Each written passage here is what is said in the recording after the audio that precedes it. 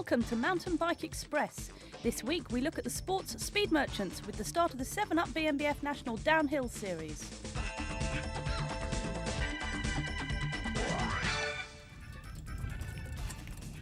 We're again at Newnham Park on the edge of Dartmoor for the racing, but first let's find out more about the mountain bike maniacs.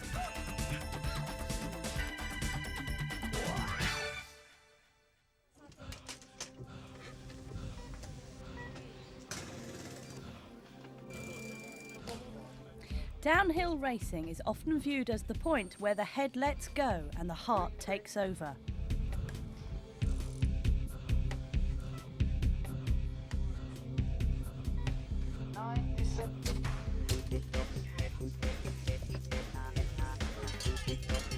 Which is not surprising, since riders travel at speeds in excess of 50 miles an hour, with only millimetres thickness of brake cable between them and potential disaster. But it's the rider's skill, as well as the possible crashes, that draws the riders and crowds to such a degree that it has remained a separate discipline at the World Championships. At the first World Championships on a fast course in Durango, it was one of the sport's most flamboyant characters and local rider, Greg Herbold, who took the rainbow jersey in the men's event. And in the women's, it was the pre-race favourite, Canadian Cindy Devine, who took gold. While in the junior men's, Britain's Dave Hemming rode away with silver behind the American Joey Irwin.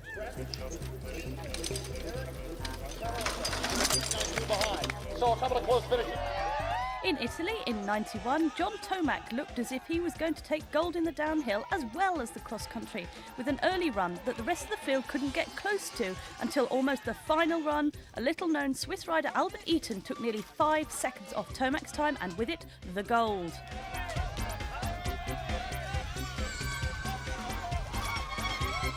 In the women's event, it was the Italian ski instructor and the crowd's favourite, Giovanna Bonazzi, who was in a different league from the rest of the field, finishing nearly 15 seconds ahead of second-place rider Natalie Fiat.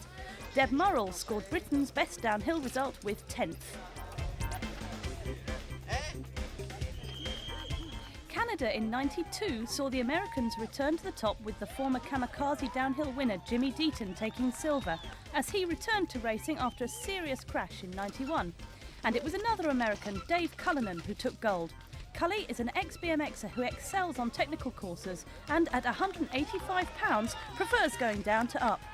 Meanwhile, there was disappointment for the Brits when Jason McRoy, who had qualified in 8th place, crashed and punctured in the main event. In the women's event, American Kim Saunier, a doctor of mathematics, showed that downhilling isn't for the empty-headed, as she took calculated risks on the way to silver, behind her teammate and former cross-country world champion Julie Furtado. Julie was on a flyer, having had to retire from the cross-country event the day before.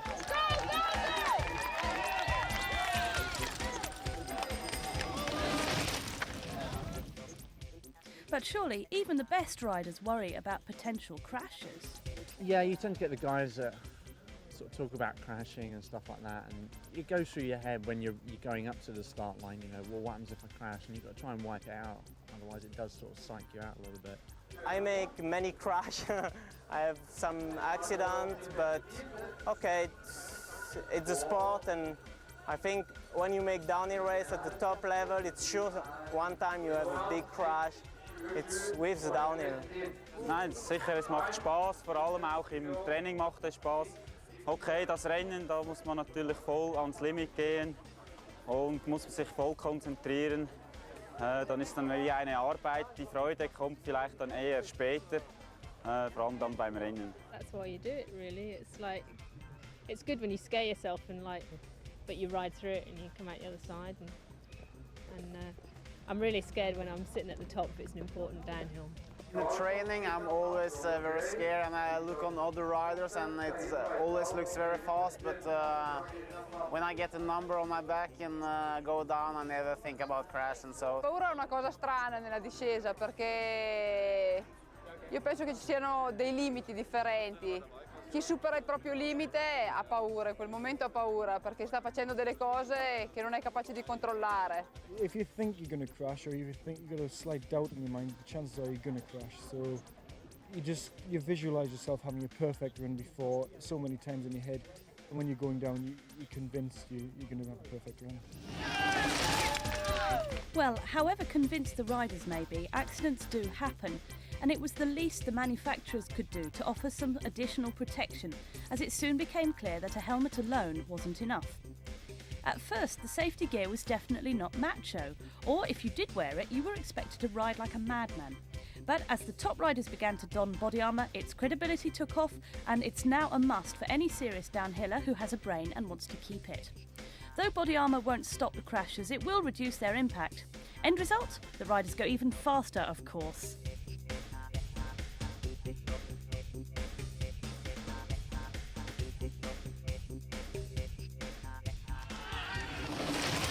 Something else that has helped the riders get down in one piece is suspension. The onset of the bouncy bits began in earnest in '88 with the flex stem. This simple system proved very popular with riders on bumpy descents, and in 1990 Off-Road also produced a rear suspension bike with the same technology. By now the floodgates were opened and suspension add-ons were more sought after than Michael Jackson. To start with, the designs were similar to motorbikes, but they quickly evolved to be more suited for mountain biking. Now most bike manufacturers are producing full suspension models, and there are some weird and wonderful looking bikes out there. Which means in less than 20 years we're back to where we started, with downhill only bikes.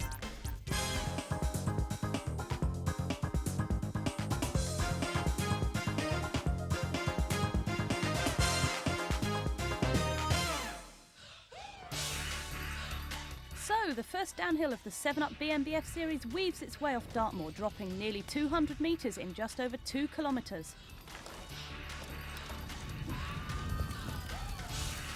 There's a flat section in the middle that will require a sprint from the riders before they head down through a speed-controlling chicane and the river at the finish. In the men's event, Kona's Chris Horsfield was the first rider to complete the course in under 5 minutes 50 seconds with a very smooth and controlled ride. But he only held the top spot for a few minutes, with pace rider Richard Thackray knocking a further 2 seconds off Chris's time. Richard is more renowned as a cross-country rider, and his strength will have certainly helped him over the flat section, as he was slower than Chris coming off Dartmoor. But through the final chicane he proved he wasn't afraid to try a difficult line and had the skills to handle it.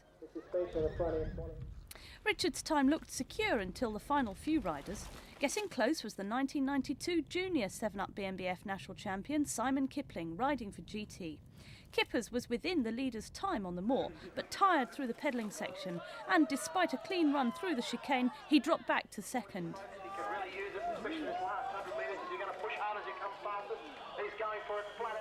Next off was the Hardesty Nike rider Jason McRoy.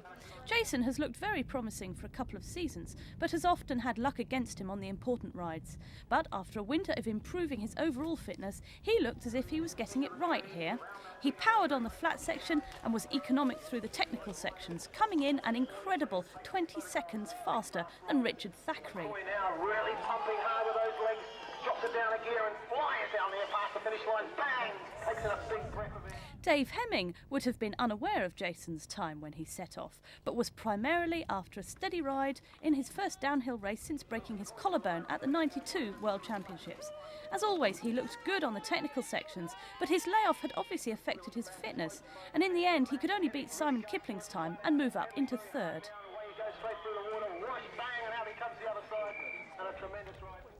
The final seeded rider off was the defending 7-Up BMBF national champion Jason Shackleton.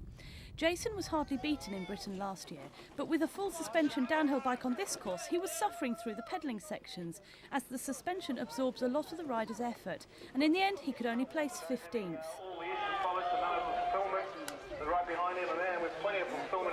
The top had loads of twists, which really had, but when you reach this bit, it got really good then, and you're going fast. I like the top bit, but my legs are burning a bit after the middle section. I found that really difficult. The technical bits weren't too bad, but it's the pedalling that I find hard. I haven't ridden a downhill race in 8 months since I broke my right shoulder, so I was just going to cruise today, just see how I do, just get a bit of confidence back. Took it quite steady on the top section. I didn't think much time would be made up along there. Kept it smooth as opposed to fast, and seemed to make a lot of time up, I think. On the flattish sections, spun a smallish gear. I did well. He certainly did, with a time that was over 20 seconds faster than Richard's, when the remaining places were being decided by tenths of a second.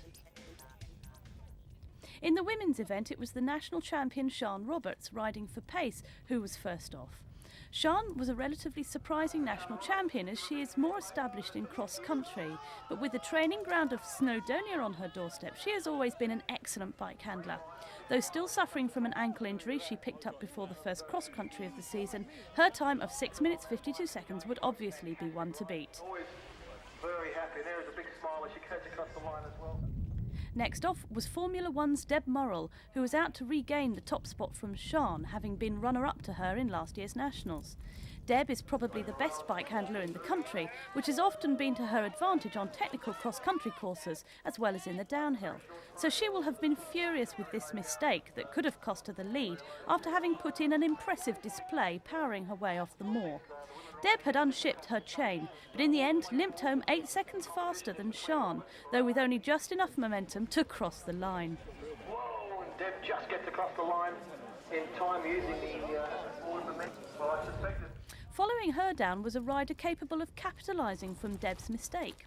Karen van Meerbeek put in some good rides in '92 and gained experience at the World Championships, and now riding for Proflex, she has all the essential team backup. Coming into the chicane, she was only a few seconds behind Deb, and had she not also fouled it up, she may well have been able to gain enough time to take the first round of the 7-Up BMBF series, but in the end had to be content with second behind a relieved Deb. The riders coming down. Here comes Karen van Meerbeek. Fantastic ride from Karen riding. Just the last chicane, I just dropped the bike as I came out of it, and I was sort of laying on the ground trying to get it back upright again. And I jammed up my chain so that I knew it was locked solid. I couldn't pedal at all, so I just pushed off and used my momentum to get me down. Deb's winning margin was only 1.5 seconds, so there should be close competition between the top three as the 4-race series progresses.